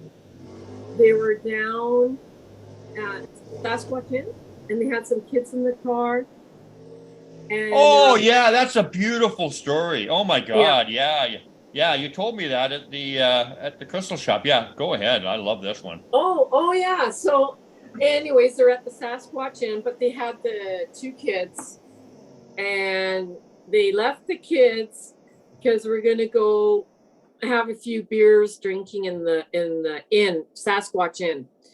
So they left the kids in the car, and they said, whatever you do not get out of the car until we come out. Kind of sad, but that's what happened. So, well, you know, it's really irresponsible for a couple reasons. yeah, They're leaving their kids in the car alone. The other thing is that when they get out of there, they're going to drive off after drinking with the kids in the car. yeah. And you know, this is, I think, back in the 80s, 90s, where they weren't as strict as they are now, where you couldn't, you know, that would be a huge faux pas, you know. Well, I remember back then it wasn't it wasn't as advertised as much, but they still had the roadblocks and stuff, didn't they, in the 80s, I think? Yeah, they did. I remember when I was a young guy. I mean, I wasn't perfect, not like I am now. Well, maybe I'm not perfect, but anyway, but I remember one time I snuck right by a roadblock, whatever, and I had been drinking. I can't even know all the details, but it almost seems surreal. But anyway, I remember that they had them and stuff. So, but yeah. Yeah. What are you wait till Beans comes back for this one, because I want him to hear this one because it's so special. Why don't you Oh why do you yeah. tell us something else just until he comes back? He's having a cigarette, I think. Oh, is he? Let's see. This one guy, he's had 3 sightings at 3 different areas. One was in Harrison in the park. He was a kid. He was in the parking lot, and his mom and dad went to go in the store. He goes, I don't want to go in there. He's in the back seat because he just had to go get some milk or something like that. And a Sasquatch in the parking lot looked in the window, at the car window, and kind of smiled at him. Wow. And I said, yeah. And I said, well, was that a guy in a suit? He goes, no. I saw the big teeth, right? He had like teeth, like canines. But he smiled. He kind of just looked in. And then he left. And then another time. Is this right in Harrison Hot Springs? Right in the little right. town there? Yeah, in the parking lot. Wow. Now Harrison is very famous for Sasquatch, but yeah. But you know what though? I guarantee you, probably much as in the story of the big rock, I bet you nobody else saw it. Even if they had been right there, it was just for him. Because they can. I've always said they can give you any visual, sensory, or audible experience that they want, and it can be just for you. You could have a bunch of people in a party, a group, and 1 or 2 of them will hear, see, or experience something, and the other 2 won't. So I don't think that Sasquatch was visible for everybody. I think it was just for this kid. Yeah. She was waiting for someone to say something. No one said something, so she thought, I'm not saying nothing, right? It was a female? Yeah, the lady that worked there, yes. The Sasquatch was a man. No, but who saw it? A female? A kid? A little girl?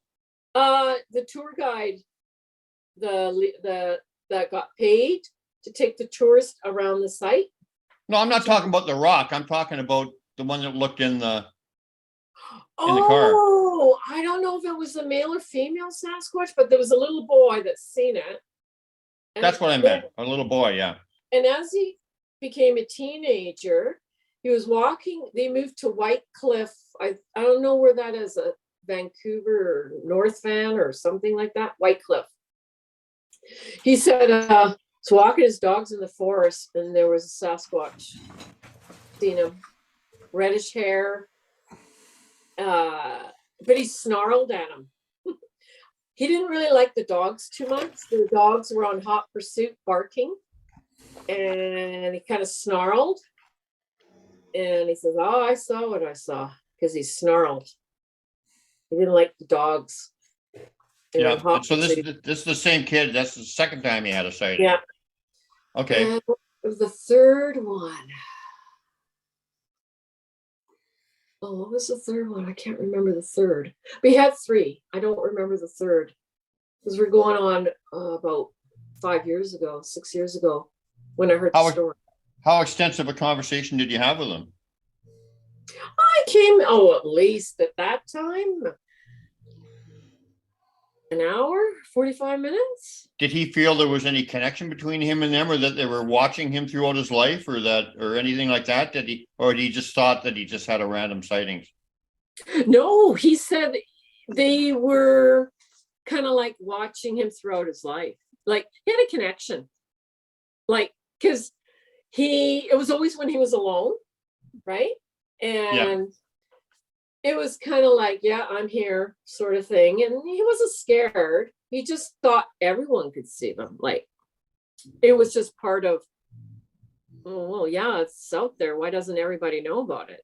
Like, don't you see it? See it? Like when he was a kid, like doesn't everybody see it?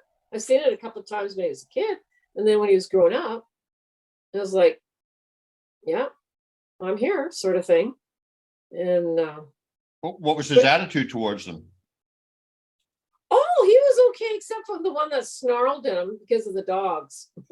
He goes, I knew it's because of my dogs. No, but did he have an understanding of kind of what they're all about? Did he think they were people and that they were, like kind of like what we talk about on the Pork and Bean show and whatever? Did he have that kind of understanding of them, or? Oh, he said they were humans. They're a human, like they were human, like they were just part of the forest. Always been there, always have, and he was fine with it. Like it was a normal thing. Like, well, there's nothing to be afraid of. They're just there, just like we are. Nothing to be. And they always acknowledged him. Like he didn't see them. They always acknowledged him. Like once he's seen them, they'll turn.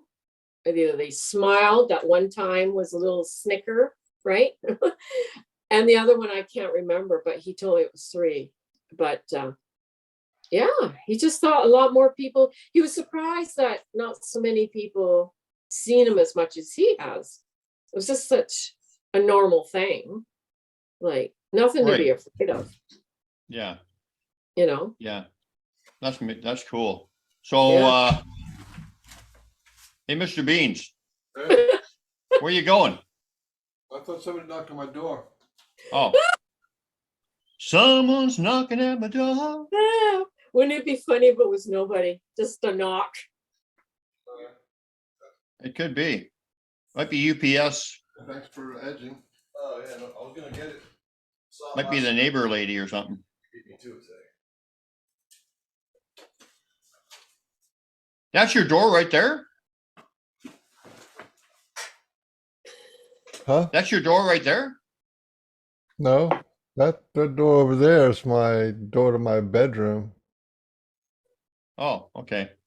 Anyway, My son was out weed whacking, and he didn't have his keys. have they been bothering him, the Sasquatch, lately? He doesn't want him to mess around with his stuff, right? No, they're very polite. That's why I put that little arch on my out of the front of my house. They don't throw rocks at the house anymore or anything like that. They don't come in the house anymore. But you invite, okay. But you invited them in, but then because your son doesn't want them in, they don't come in? It's his house. Oh, okay. Well, that explains it.